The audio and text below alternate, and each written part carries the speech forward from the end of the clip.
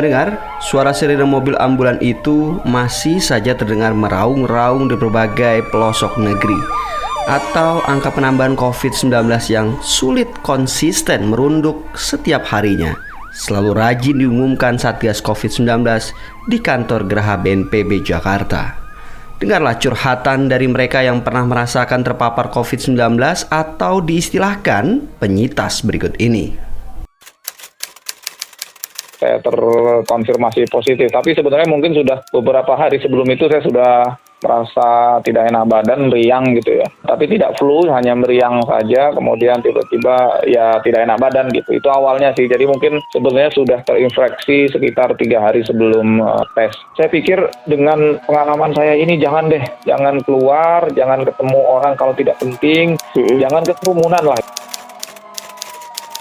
Kalau dihitung saya, istri, 2 anak, sama 1 yang membantu di rumah terpapar positif. Soalnya waktu itu saya yang pertama kali terkena, gejalanya tidak menyangka kalau itu positif COVID ya. Hidung itu agak kayak kemasukan air ya, sakit itu.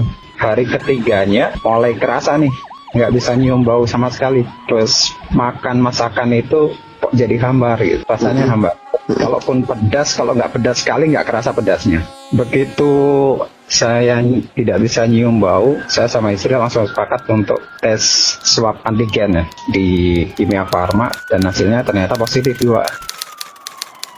Untung warga Kalideres Jakarta Barat dan Ahmad warga Salemba Jakarta Pusat saat ditemui RRI Selasa 18 Mei merupakan 2 contoh yang patut menjadi pembelajaran bagi kita semua.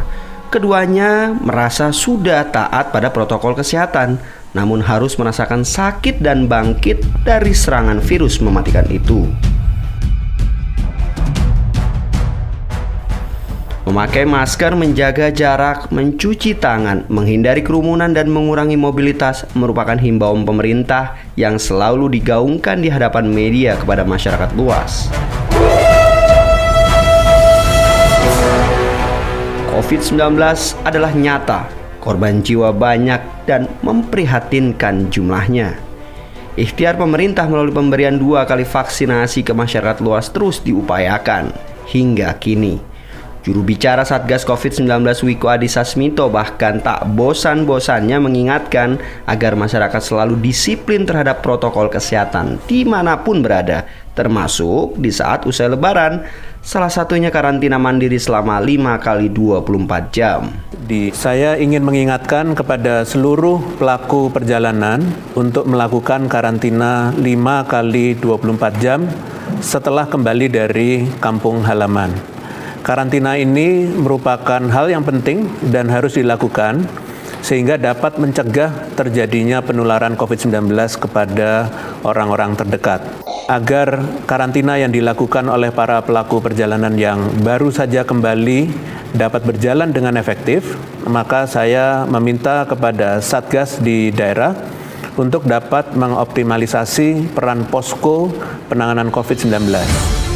Jangan lengah, jangan capek, dan jangan biarkan kita dan keluarga tercinta terpapar virus mematikan COVID-19.